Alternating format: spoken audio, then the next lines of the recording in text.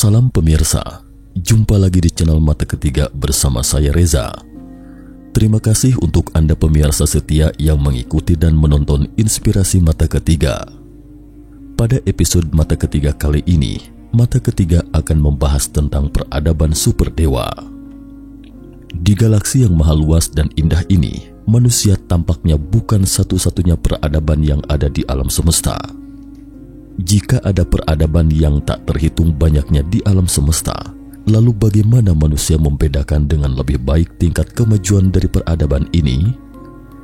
Pada tahun 1963 silam, astrofisikawan ex-Uni Soviet Nikolai Kardashev menggagas skala Kardashev, yaitu sebuah metode untuk mengukur seberapa majunya peradaban suatu kehidupan cerdas berdasarkan besar energi yang digunakan oleh peradaban itu. Awalnya Kardashev merancang model 3 tingkat untuk peradaban alam semesta. Kemudian model tersebut diperluas hingga mencapai tingkat 7 karena berbagai faktor. Jika suatu hari manusia memiliki kemampuan untuk terbang dari Bima Sakti ke galaksi Andromeda yang merupakan impian manusia selama ini, bisa bebas bergerak di setiap dimensi, jelas peradaban pada tingkat ini telah melampaui waktu, karena menembus ruang waktu adalah teknik yang mutlak diperlukan mereka. Lalu tahukah Anda, peradaban tingkat 6 atau disebut juga peradaban alam semesta paralel, di mana jika manusia beruntung mencapai peradaban tingkat 6, ini berarti manusia dapat melakukan perjalanan dengan bebas di antara alam semesta paralel. Pada saat itu, manusia mungkin juga dapat melihat sosok dirinya yang tak terhitung banyaknya di alam semesta paralel yang berbeda pada saat yang sama.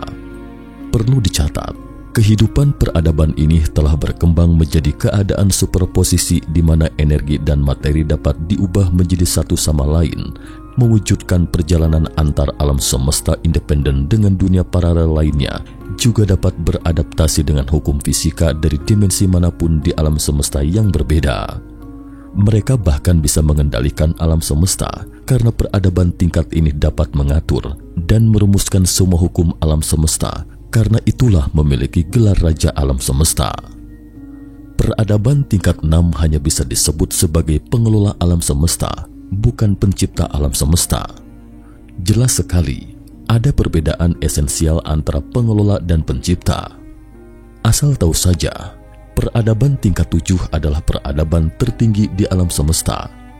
Peradaban ini memiliki kemampuan untuk menciptakan sekaligus menghancurkan segenap alam semesta hanya dalam selintas pikiran, dan juga dapat dalam sekejap menciptakan kembali alam semesta.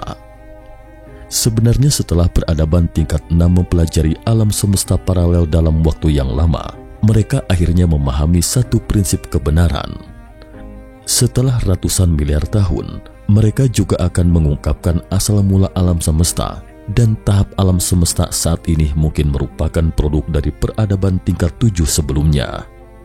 Peradaban ini merumuskan hukum alam semesta dan semua aturan alam, sekaligus memisahkan alam semesta satu persatu dengan bentuk yang khas. Tampaknya peradaban tingkat 7 sebelumnya telah meninggalkan alam semesta paralel yang tak terhitung banyaknya di ruang super seperti penyamaian. Setelah menyuntikkan kehidupan baru ke dalam alam semesta kecil ini, kemudian menggunakan kemampuan super membuat pedoman bagi segala sesuatu di alam semesta, seperti misalnya membuat materi tidak dapat melampaui kecepatan cahaya dan membuat waktu bisa lewat tetapi tidak dapat dimodifikasi. Jadi dapat dikatakan, peradaban tingkat 7 adalah dewa dari segala dewa. Peradaban ini mendominasi segenap alam semesta di setiap dimensi. Dan yang lebih menakjubkan, semua kehidupan di peradaban tingkat 7 akan berkumpul menjadi satu kesatuan. Mereka dapat berpikir secara mandiri dan bersama. Mereka ada, juga tiada, karena mereka dapat dengan jelas menyaksikan semua kehidupan di setiap alam semesta paralel dalam setiap dimensi, atau mereka sedang mengamati manusia pada saat ini dan memutuskan bagaimana peradaban berkembang dalam proses evolusi kehidupan.